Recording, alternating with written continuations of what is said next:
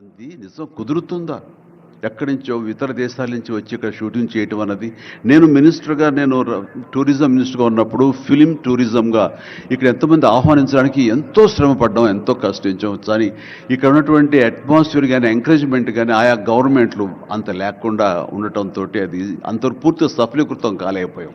ఆ ఉద్దేశంతో నేను ఎంతో కొంచెం స్కెప్టికల్గానే ఉన్నాను. ఎంతవరకు కుదురుతుంది, ఈయన డ్రీమ్ సక్సెస్ చేయగలరా అని అనుకుంటూ, మీరు ఏమైనా చేయండి, మీ గైడెన్స్ ఇవ్వండి, మీరు ఏం చెప్తే దాన్ని ఫాలో అవడానికి మేమందరం రెడీగా ఉన్నామని ఒక మాట ఇచ్చి మాత్రం అన్నాను. కానీ విత్ ఇన్ నో టైం ఇంత పెద్ద ఎత్తున ఈయన అన్ని రకాల సెక్టార్స్ వాళ్ళని ఇన్వైట్ చేసి గ్లోబల్గా అందరినీ వెల్కమ్ చేసి ఈ రోజున అందులో ఒక పార్ట్గా సినిమాలను కూడా ఆయన వెల్కమ్ చేస్తున్నారంటే కనుక అది హ్యాట్స్ ఆఫ్. అది ఆయన ఒక్కరి వల్లే అయ్యింది. అన్నది అన్నట్టుగా కాకుండా అన్నది సాధ్యం చేసేలాగా ప్రాక్టికల్గా ఈ రోజున మనందరం చూస్తున్నాము. ఇది చాలు, డెఫినెట్గా ఆయన అనుకున్నది సాధిస్తారనే ప్రగాఢమైన నమ్మకం నాకు ఏర్పడింది. ఎందుకంటే ఆయన అన్నది హైదరాబాద్ అనేది సెంట్రల్ లొకేటెడ్ మన కంట్రీలో. ఏ ఇతర ఇంపార్టెంట్ సిటీస్కి వెళ్ళాలని సరే 1 అవర్ డిస్టెన్స్లోనే ఉంది. మేబీ ఢిల్లీ ఇంకొక 1 అవర్ పడుతుందేమో తప్ప. అండ్ ఇక్కడ లేని లొకేషన్స్ ఎక్కడ లేవు, ఎక్కడ లేకుండా పోలేదు. మనకు మంచు కొండలు ఉన్నాయి, థార్ డెజర్ట్స్ ఉన్నాయి, అడవులు ఉన్నాయి, వర్షాలు పడే ఉన్నాయి, లాంగెస్ట్ బీచ్లు మనకు ఉన్నాయి. ఏమి తక్కువ, ఏ లొకేషన్స్ తక్కువ, ఏ వనరులు తక్కువ. ఇక్కడ పని చేయడానికి వాళ్ళకి స్కిల్ డెవలప్మెంట్ చేయగలిగితే కనుక పని చేయడానికి ఎంతోమంది ముందుకు వచ్చి సినిమా పరిశ్రమ ద్వారా ఉపయోగపడి వాళ్ళ కుటుంబాలకు వాళ్ళు ఉపయోగించుకుంటారు. ఇది ఆ పొటెన్షియల్ పూర్తిగా ట్యాప్ చేయలేదు అన్న మాట వాస్తవం. వారు అది నేను అంగీకరిస్తూ మా సలహాల కోసంగా ఆయన కొన్ని సెమినార్లు ఫ్యూచర్లో నడిపిస్తామన్నారు. ఇప్పుడు కూడా అలాంటి చిన్న సెమినార్లు మా పెద్దల మధ్య, సినిమా పెద్దల మధ్య జరిగింది. అయితే ఇది కాంప్రహెన్సివ్గా కన్సాలిడేట్గా జరిగేలాగా విత్ ఇన్ షార్ట్ టైం మేము అందరూ కూడా ముందుకు వస్తాము. ఇక్కడ ప్రపంచానికే ఇది అద్భుతమైనటువంటి సినిమా హబ్గా హైదరాబాద్ని చేయటంలో మేమందరం ముందుంటాము. అండ్ ఈ రోజున చూస్తే కనుక బాలీవుడ్ నుంచి సల్మాన్ ఖాన్, అజయ్ దేవ్గన్లు వచ్చి ఇక్కడ మేము స్మార్ట్ డిజిటల్గా కానీ అడ్వాన్స్డ్ ఫ్యూచరిస్టిక్ స్టూడియోస్ని మేము పెడతామని అంటాం అన్నది ఇది శుభారంభం. ఇదే ఇన్స్పిరేషన్గా నేను కానీ, నాగార్జున కానీ, వెంకటేష్ కానీ, ఇతర హీరోలు కానీ, ఇతర ప్రొడ్యూసర్స్, నిర్మాతలు ఎంతోమంది ఈ రోజున ఇక్కడ ఉన్నారు ఈ సభ్యుకుల్లో. వాళ్ళందరూ కూడా ముందుకు వచ్చి చేయాలన్న ఒక కుతూహలం కానివ్వండి, అది పూర్తిగా ఛార్జ్ అయి ఉన్నారంటే ఎలాంటి అతిశయోక్తి లేదు. అండ్ ఈ రోజున ప్రపంచపరంగా చూస్తే సినిమా ప్రభావం ఎంత ఉంటుంది, ఈ సాఫ్ట్ పవర్ ఎంత ఉంటుందన్నది నేషనల్ వైడ్గా కూడా కేంద్ర ప్రభుత్వం కూడా వేవ్స్ అనేది ఒకటి ప్రారంభించి అందులో మమ్మల్ని అందరూ కూడా పార్ట్ చేశారు. అంటే ఎకనామికల్గా అది ఎంత పవర్ ఇస్తుంది, మన కంట్రీ జీడిపికి ఎంత కంట్రిబ్యూట్ చేస్తుందో అనడానికి బాగా వాళ్ళందరికీ తెలిసిన వాళ్ళు కాబట్టి సినిమా మీద అంత దృష్టి పెట్టారు. సినిమాని కేవలం పేరు తీసుకురావడమే కాకుండా ఎంతో కంట్రిబ్యూట్ చేస్తుంది, ఎంతోమందికి ఎంప్లాయ్మెంట్ జనరేట్ చేస్తుంది, ఎంతోమందికి ఉపాధి కల్పిస్తుంది. అంటే ఉదాహరణకి కొరియా తీసుకుంటే కనుక కొరియాలో బిగినింగ్ ఇనీషియల్గా వాళ్ళందరూ యూత్ అనేవాళ్ళు నైట్ ఈవినింగ్ అయ్యేసరికి చాలా పక్కదారులు పడుతున్నారు, కొన్ని వ్యసనాలకి లోనవుతున్నారు.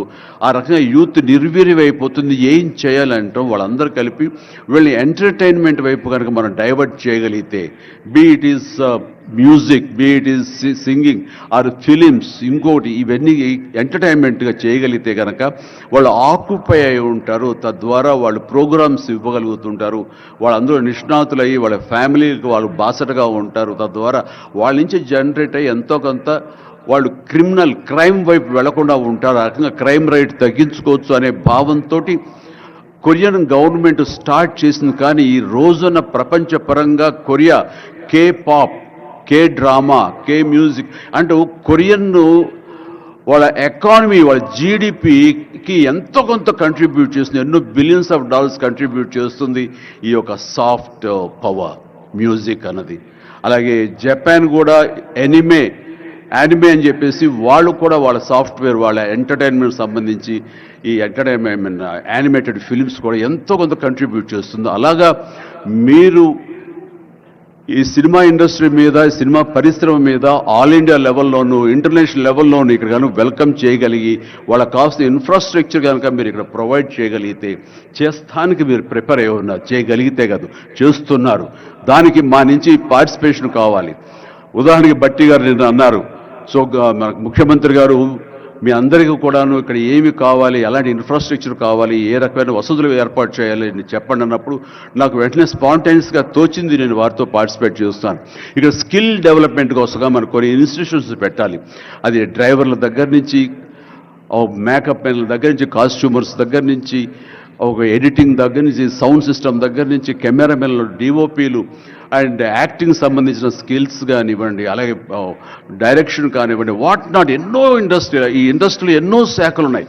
ఆ శాఖల్లో ఎంతోమంది ఎంతూజియాస్టిక్ కుర్రవాళ్ళు ఉన్నారు. వాళ్ళు చదువు ఒక మాదిరి చదివాను సరే, ఆ చదువు ఏం తెచ్చి పెడుతుంది అనుకుంటే కనుక, ఈ రోజున గొప్ప గొప్ప డైరెక్టర్స్ ఉన్నారు. ఈ రోజున ఇంటర్నేషనల్ లెవెల్కి మన సినిమాను తీసుకొస్తున్న డైరెక్టర్ వాళ్ళందరూ డిగ్రీ కూడా చదవలేదు. సో చదువు ఇది ఇంపార్టెంట్ కాదు, మీకున్న ఇంట్రెస్ట్ ఇంపార్టెంట్.